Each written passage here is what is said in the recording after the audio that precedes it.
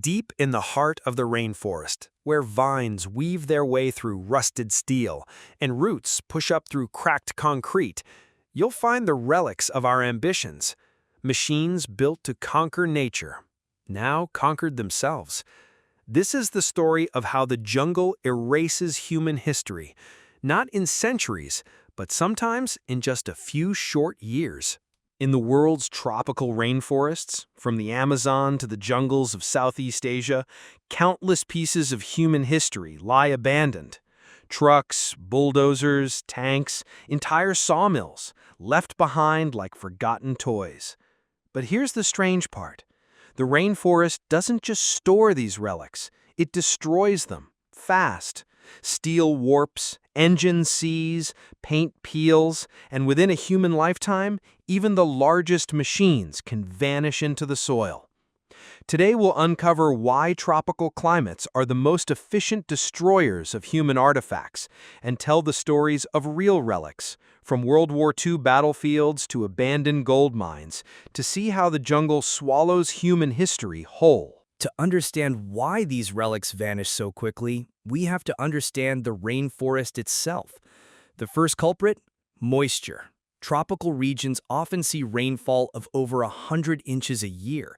Combine that with constant humidity above 80%, and you have a permanent wet blanket around every surface. Steel, under these conditions, corrodes up to 10 times faster than in a dry climate. Rust isn't just a stain, it's iron being converted into iron oxide, literally eaten away by oxygen and water. Then there's the heat. Warm air accelerates chemical reactions, meaning rust and rot move faster. And unlike the cold, which slows life down, heat encourages an explosion of biological activity. Every inch of the rainforest is alive: moss, mold, fungus, termites, and vines. They don't just grow around abandoned objects, they grow into them. Roots crack open concrete foundations. Creepers wrap around axles until they snap. Ants haul away the insulation from electrical wiring to build their nests. In the rainforest, nothing is truly still. It's an engine of decay running 24/7. Our first example comes from the Pacific theater of World War II. Between 1942 and 1945, the jungles of Papua New Guinea, the Solomon Islands, and the Philippines became battlefields. Tanks, artillery, trucks, and even aircraft were left where they fell. In the months after the fighting stopped, soldiers reported that their once reliable vehicles had already become temperamental. Fuel lines clogged with fungus, engines seized from rust, rubber tires cracked under the sun and rain. Today, if you trek through these same battlefields, you'll find little more than skeletal remains. In Bougainville, a Sherman tank sits half buried in the earth, its armor pitted and crumbling.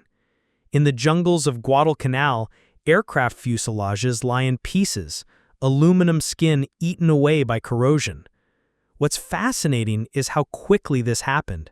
Within just 5 years of abandonment, many machines were already unusable. Within 20, they were beyond salvage. For comparison, in a desert, that same tank might still look almost intact decades later. In the jungle, it's lucky to survive a single generation. The next wave of rainforest relics came not from war, but from industry. During the mid-20th century, vast logging operations moved into the tropics, Borneo, the Amazon basin, West Africa. They brought with them colossal machines, diesel-powered skidders, sawmill engines, massive tracked bulldozers. But these operations were often short-lived. A single company might exhaust the local timber in just a decade, then move on, leaving their heaviest machinery behind. Why? Sometimes it was too expensive to transport back. Other times, the machines had already begun to fail from the jungle's assault. In Sarawak, Malaysia, you can still find the rusted hulk of a Caterpillar D8 bulldozer sitting in the undergrowth. The jungle has claimed it entirely. A fig tree grows right through the driver's seat, its roots curling around the gear levers. The tracks are locked solid, rust fused with soil. These machines were once the cutting edge of human engineering. Now they're monuments to impermanence. Mining has also left its fingerprints and its corpses in the rainforest. In the 1980s, parts of the Amazon saw a gold rush that brought tens of thousands of miners. They built dredges, processing plants, conveyor belts, all deep in the forest. But when the gold veins ran dry, they left as fast as they came. The rainforest wasted no time. One Brazilian site, abandoned in 1991, was revisited in 2010.